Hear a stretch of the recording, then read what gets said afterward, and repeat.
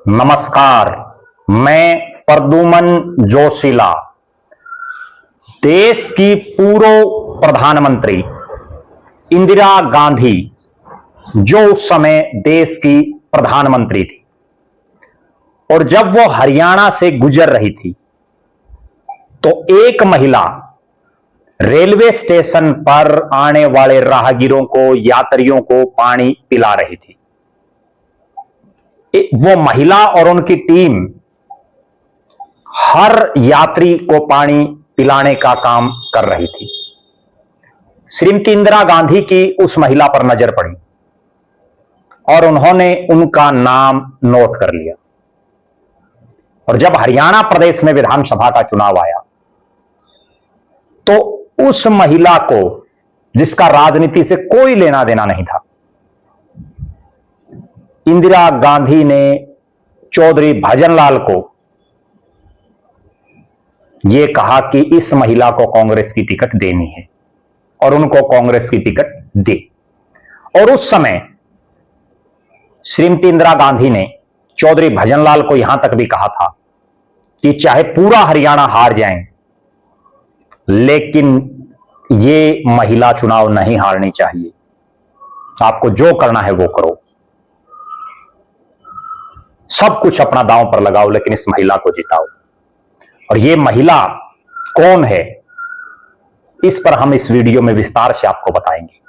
और हम आपको बताएंगे कि इस विधानसभा क्षेत्र में, जिसकी हम चर्चा करेंगे इस वीडियो में, वो एक ऐसा विधानसभा क्षेत्र है जिसने दो मुख्यमंत्रियों ने जिस विधानसभा क्षेत्र का प्रतिनिधित्व किया है। यह ऐसा विधानसभा क्षेत्र भी है जिसमें कभी भी किसी नेता की जीत की लगातार हैट्रिक नहीं लग पाई। दो बार तो कई नेता जीते यहां, लेकिन जीत की हैट्रिक किसी की नहीं लग पाई। लगातार 3 चुनाव कोई नेता इस इलाके में नहीं जीत पाया। इस विधानसभा क्षेत्र की एक और खास बात है कि यहां एक शख्स ऐसे भी हैं जिन्होंने एक बड़ी पार्टी की टिकट पर 2 मुख्यमंत्रियों के सामने चुनाव लड़ा। जी हां, 2 सिटिंग मुख्यमंत्रियों के सामने उसने चुनाव लड़ा। विस्तार से मैं आपको बताऊंगा और ऐसी ऐसी बातें आपको बताऊंगा कि आप खुद अचंभित हो जाएंगे। उससे पहले आप सभी दर्शकों से अनुरोध है कि YouTube पर हमारे चैनल को सब्सक्राइब करें, बेल आइकन घंटी का बटन अवश्य दबाएं, YouTube पर हमारे चैनल को ज्वाइन अवश्य करें ताकि आपका हमें सहयोग मिलता रहे। वीडियो को ज्यादा से ज्यादा शेयर करें, ज्यादा से ज्यादा कमेंट करें। देश प्रदेश से जुड़ा हुआ कोई भी मुद्दा आपके दिमाग में हो, वो भी आप हम तक जरूर साझा करें। एक विशेष बात, जो दर्शक निष्पक्ष, निर्भीक और स्वतंत्र पत्रकारिता में विश्वास रखते हैं, जो दर्शक चाहते हैं कि निष्पक्ष, निर्भीक और स्वतंत्र पत्रकारिता का हमारा यह कारवां यूं ही आगे बढ़ता रहे, वो हमें आर्थिक सहयोग जरूर करें। उसके लिए आप हमारे मोबाइल नंबर 9416674472 9416674472 पर आप हमें गूगल पे या फोन पे जरूर करें। एक विशेष मुहिम हमने चलाई हुई है।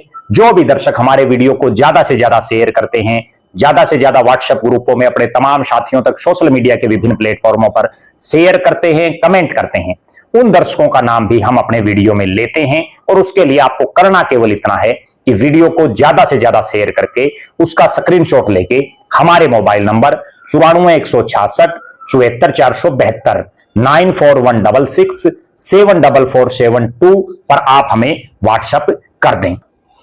इस वीडियो में हम प्रदेश की जिस विधानसभा क्षेत्र का जिक्र कर रहे हैं, नाम है करनाल।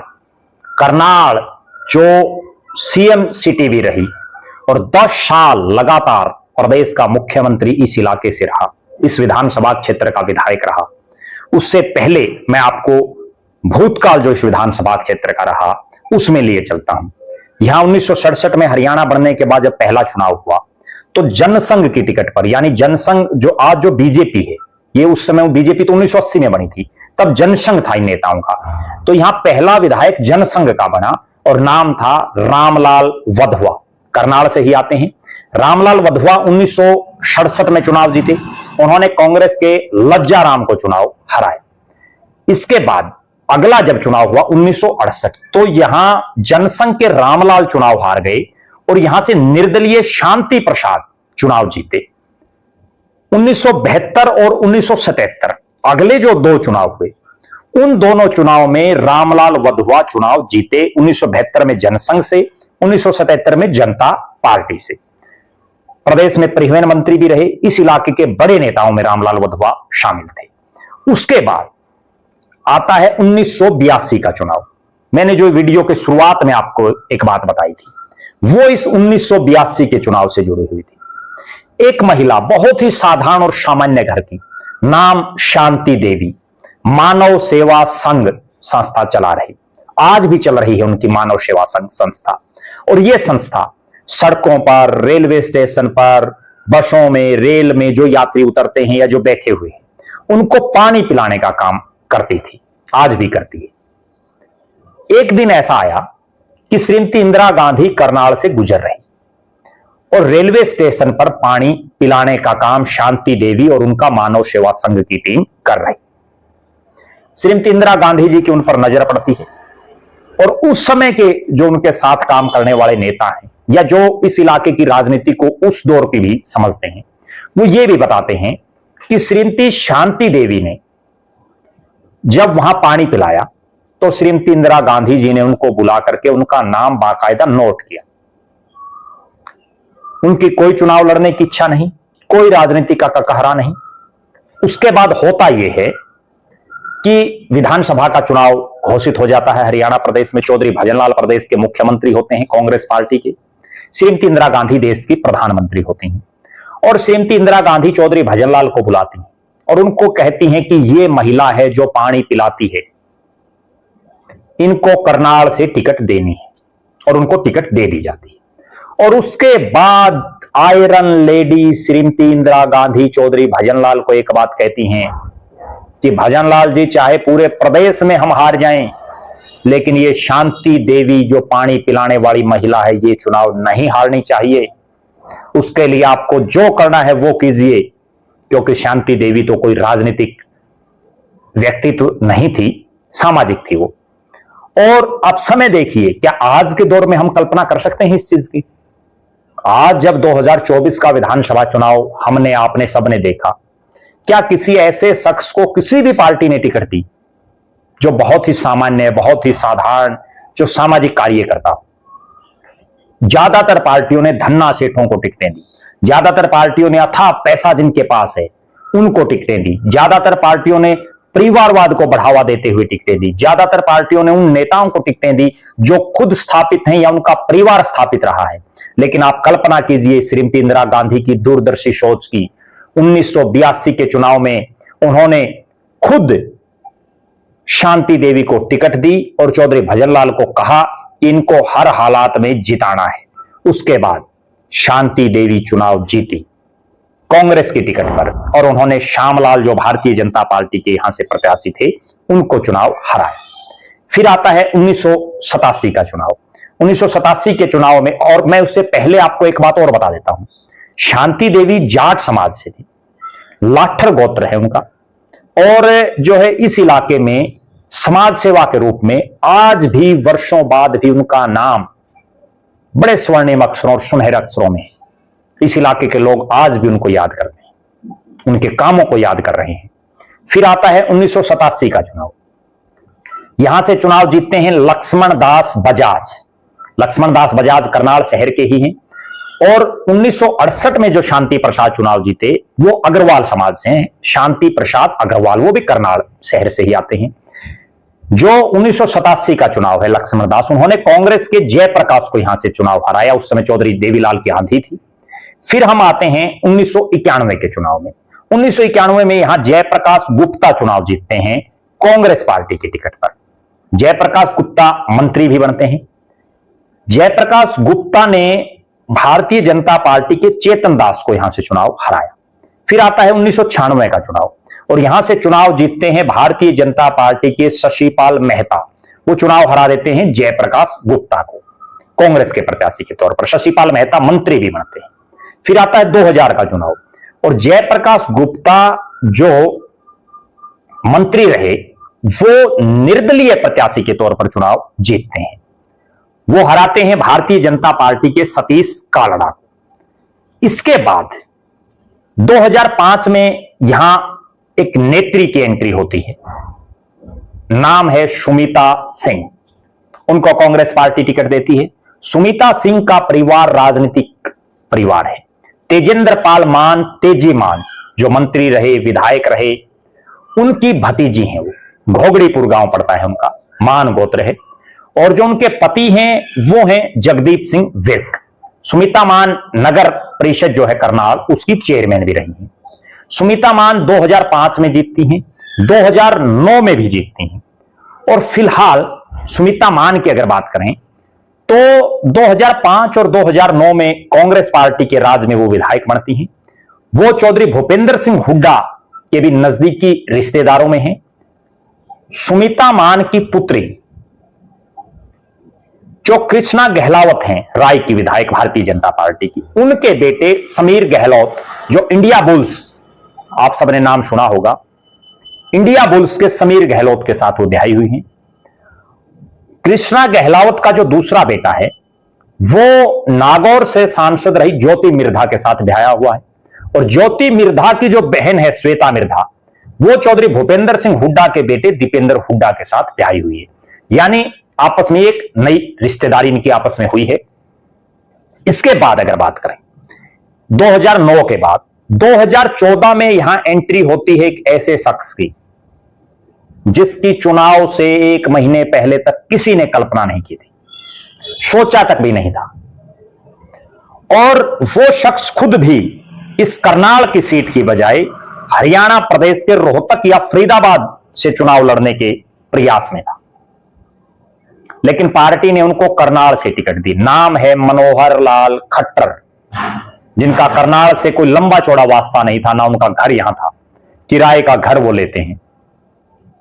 और मनोहर लाल खट्टर यहां से विधायक बनते हैं।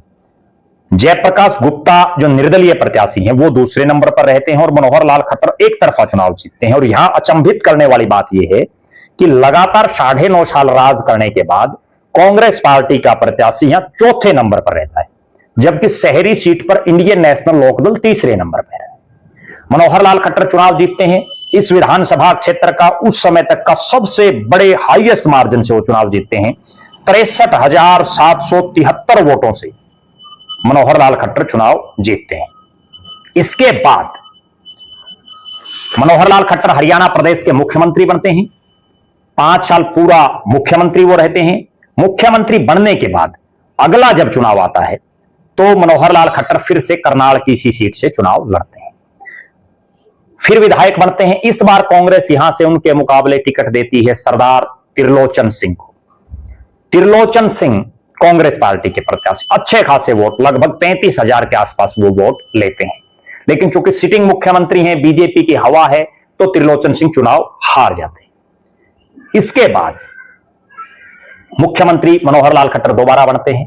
मार्च का महीना आता है, मार्च 2024, मनोहर लाल खट्टर को मुख्यमंत्री के पद से हटा दिया जाता है और नायब सिंह सैनी प्रदेश के मुख्यमंत्री बना दिए जाते हैं। मनोहर लाल खट्टर करनाल से विधानसभा की सीट से त्याग पत्र दे देते हैं और यहां होता है फिर उपचुनाव।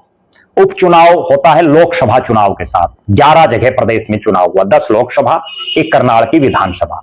यहां से चुनाव लड़ते हैं प्रदेश के उस समय के मौजूदा मुख्यमंत्री, जो आज भी मुख्यमंत्री हैं, नायब सिंह सैनी, जो कुरुक्षेत्र से सांसद रहते हुए प्रदेश के मुख्यमंत्री बने थे। लिहाजा उनको 6 महीने के अंदर अंदर प्रदेश की विधानसभा का सदस्य बनना जरूरी था। नायब सिंह सैनी चुनाव लड़ते हैं और कांग्रेस एक बार फिर से उनके सामने उन्हीं त्रिलोचन सिंह को चुनाव मैदान में उतारती है जिसने मनोहर लाल खट्टर के सामने चुनाव लड़ा। त्रिलोचन सिंह चुनाव हार जाते हैं, लेकिन अच्छे खासे वोट लेने में कामयाब रहते हैं। नायब सिंह सैनी एमएलए बनते हैं और जब विधानसभा का चुनाव आता है तो नायब सिंह सैनी करनाल की सीट को फिर से छोड़ देते हैं और वो चुनाव लड़ते हैं कुरुक्षेत्र की लाडवा सीट से। यहां से बीजेपी टिकट देती है जगमोहन आनंद को।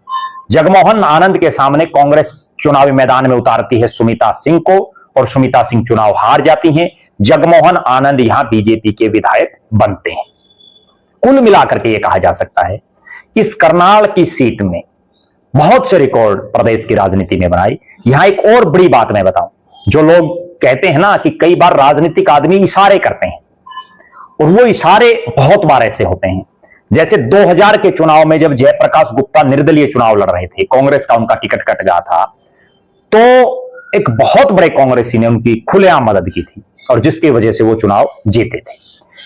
सुरेश गुप्ता मतलोढ़ा, जो अभी प्रदेश कांग्रेस के कार्यकारी अध्यक्ष हैं, उनको कांग्रेस की टिकट मिली थी और वो चुनाव हार गए थे। 2014 में भी अभी जो कांग्रेस के कार्यकारी प्रदेश अध्यक्ष हैं सुरेश गुप्ता मतलोढ़ा, उन्होंने निर्दलीय चुनाव लड़ा था और बुरी तरह से वो यहां इस इलाके से चुनाव हारे थे।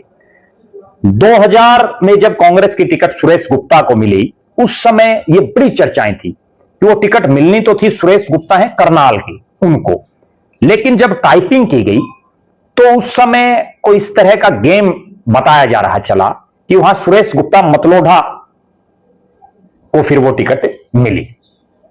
दोनों ही सुरेश गुप्ता टिकट मांग रहे थे। कुल मिलाकर के इस करनाल सीट पर जो समझने वाली बातें हैं वो ये हैं कि एक वो जमाना था जब देश की प्रधानमंत्री एक आम महिला को टिकट देती हैं, जो पानी पिला करके समाज सेवा करती हैं। ये करनाल की वो धरती है जिसमें आज तक के इतिहास में रामलाल वधवा 3 बार विधायक बने, लेकिन हैट्रिक नहीं बन पाई, बीच में वो एक चुनाव हार गए। ये करनाल की वो धरती है जिसमें रामलाल वधवा, सुमिता मान, मनोहर लाल खट्टर, ये 2-2 बार, और जयप्रकाश गुप्ता, ये 4 नेता 2-2 बार यहां से विधायक रहे। बड़े बड़े नेता इस करनाल की धरती ने दिए, 2-2 मुख्यमंत्री, मनोहर लाल खट्टर, नायब सिंह सैनी, कई मंत्री, और एक शख्स ऐसे सरदार त्रिलोचन सिंह जो 2 मुख्यमंत्रियों के खिलाफ चुनाव लड़े। अपने आप में बहुत बड़ी बात है। बहरहाल आपका क्या मानना है, आप क्या मानते हैं करनाल सीट को लेकर के? आज जो जगमोहन आनंद यहां से विधायक हैं वो कैसा काम कर रहे हैं? करनाल में अगले चुनाव के लिए कौन कौन नेता तैयारी कर रहे हैं? करनाल विधानसभा क्षेत्र में कौन मजबूत नेता है जो लोगों के दुख सुख में जा रहा है, चाहे वो किसी भी पार्टी का हो? आप जरूर कमेंट करें। आप ये भी कमेंट करें कि अगले चुनाव में करनाल से कौन हो सकता है विधायक। आप लगातार हमारे साथ बने रहें। हमारे फेसबुक पेज को लाइक और फॉलो करें, यूट्यूब पर चैनल को सब्सक्राइब करें, बेल आइकन घंटी का बटन अवश्य दबाएं, वीडियो को ज्यादा से ज्यादा शेयर करें, ज्यादा से ज्यादा कमेंट करें। देश प्रदेश से जुड़ा हुआ कोई भी मुद्दा आपके दिमाग में हो वो भी आप हम तक जरूर साझा करें। जो दर्शक आर्थिक रूप से सक्षम हैं वो हमें आर्थिक सहयोग जरूर करें। बहुत बहुत धन्यवाद। आपका अपना प्रद्युमन जोशीला।